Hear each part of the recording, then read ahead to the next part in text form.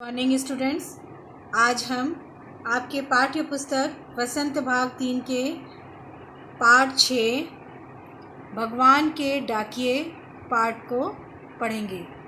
भगवान के डाकिए पाठ आपके इसके कवि श्री रामधारी सिंह दिनकर जी हैं, जिनका जन्म 26 सितंबर 1908 में बिहार के बेगूसराय ज़िले में हुआ था। इनकी कविताएं जोश, क्रांति, विद्रोह, आक्रोश के भावों से भरी नज़र आती है। इन्हें रामधारी सिंह दिनकर जी को उर्वशी के लिए भारतीय ज्ञानपीठ पुरस्कार मिला था और संस्कृति के 4 अध्याय इस रचना के लिए भी उन्हें पुरस्कार से सम्मानित किया गया था। और सबसे महत्वपूर्ण बात, इस पाठ के कवि श्री रामधारी सिंह दिनकर को भारत सरकार ने पद्म विभूषण की उपाधि भी दी थी। ये बहुत बड़ा एक उपाधि है जो इन्हें प्राप्त हुआ था इनकी रचनाओं के कारण। इतने यथार्थ में उनकी रचनाएं होती थी जिनके ऊपर उन्हें यह पुरस्कार मिला था। आइए हम पाठ को पढ़ते हैं।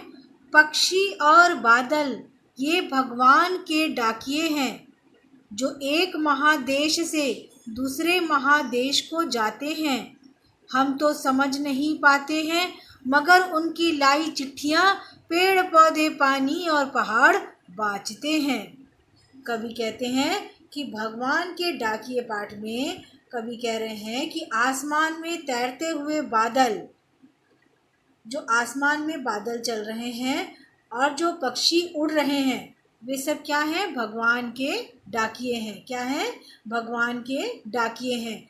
ये एक देश से उड़कर दूसरे देश को चले जाते हैं और जो हमारे संदेश होते हैं वह एक जगह से दूसरे जगह ले जाते हैं। डाकिए का काम ही क्या होता है कि एक स्थान से संदेश लेकर के दूसरे स्थान पर ले जाया जाता है और ख़ास संदेशों का आदान प्रदान करता है।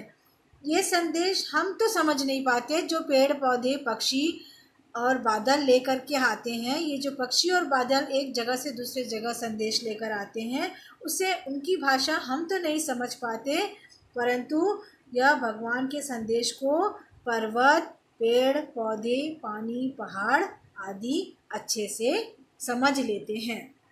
यह इनकी खासियत है कि वह इसके आगे इसको अच्छे से समझ लेते हैं।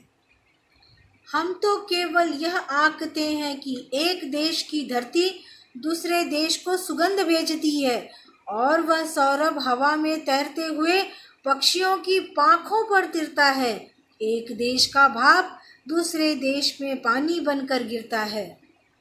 इस पंक्ति में कवि श्री रामधारी सिंह दिनकर जी कह रहे हैं कि ये उनकी प्रकृति प्रेम को दिखा रहे हैं कि यहाँ हमें प्रकृति के महानता के बारे में जानते हैं कि प्रकृति कितनी महान है, इसके बारे में बता रहे हैं कि हम तो धरती को क्या करते हैं, देश की धरती को एक सीमा, एक देश में बांध देते हैं कि यह इस देश की धरती है, ये उस देश की धरती है। परंतु प्रकृति ऐसा नहीं करती है, वह सबके लिए क्या होती है? एक समान होती है। हम क्या करते हैं? हम आंकते हैं कि यह इस देश की धरती है, परंतु प्रकृति ऐसा नहीं करती है। वह अपनी सुगंध दूसरे देश को भेजती है, मतलब उसकी सुगंध बह रही है तो वह इस देश से उस देश तक जाती है।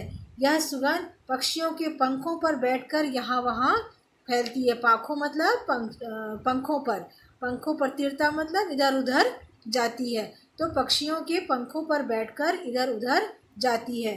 और एक देश की भाप अर्थात एक देश से, नदियों से उगता हुआ, समुद्रों से उगता हुआ जो भाप है, जो वह दूसरे देश में वह भाप क्या होता है? पानी बनकर बरस जाता है।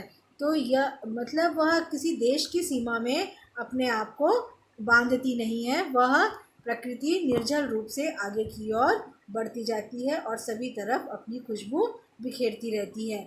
इस प्रकार यह भगवान के डाकिए होते हैं। जो पेड़ पौधे, पशु पक्षी होते हैं, वह भगवान के डाकिए होते हैं।